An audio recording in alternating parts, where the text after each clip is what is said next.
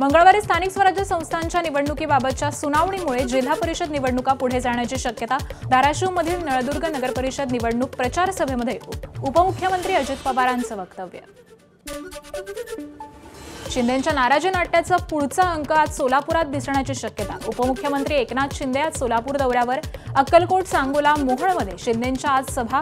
ठाण्यानंतर सोलापुरात शिंदेंविरोधात भाजप मैदानात. अकलूजची दहशत संपणार, माझ्याकडे साधी चिठ्ठी पाठवा, केस न करता कार्यक्रम लावतो. पालकमंत्री जयकुमार गोरेंनी अकलूजमध्ये मोहिते पाटलांना आव्हान दिलं.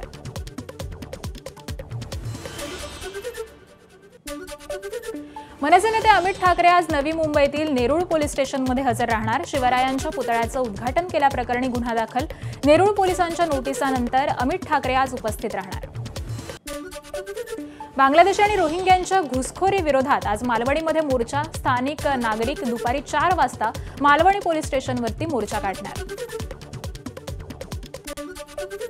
पालघरमध्ये 11 वर्षीय शाळकरी मुलावरती बिबट्याचा हल्ला. पाठीवरील दप्तरामुळे वाचलाय विद्यार्थ्याचा जीव. शाळा सुटल्यानंतर माळा पाडवीपाडा इथं जंगल रस्त्यानं जात असताना अचानक बिबट्यानं हल्ला केला. दिल्ली कार स्फोट प्रकरणात आणखी एक मोठी कारवाई. जम्मू काश्मीरमधील इलेक्ट्रिशियन ताब्यात. जैश-ए-मोहम्मदचे संबंध असल्याचा संशय. दिल्लीतील जवाहरलाल नेहरू विद्यापीठ पुन्हा एकदा चर्चेत. डाव्या विचारसरणीच्या विद्यार्थ्यांची विद्यापीठात गुंडगिरी. Video viral.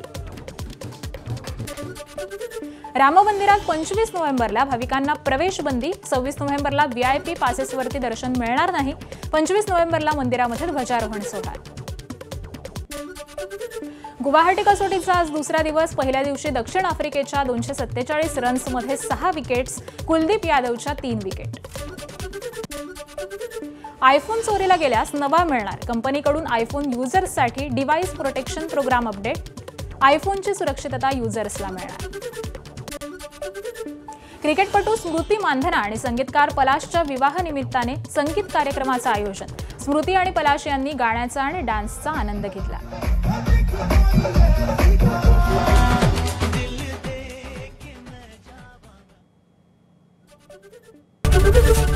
एबीपी माझा, उघडा डोळे बघा नीट.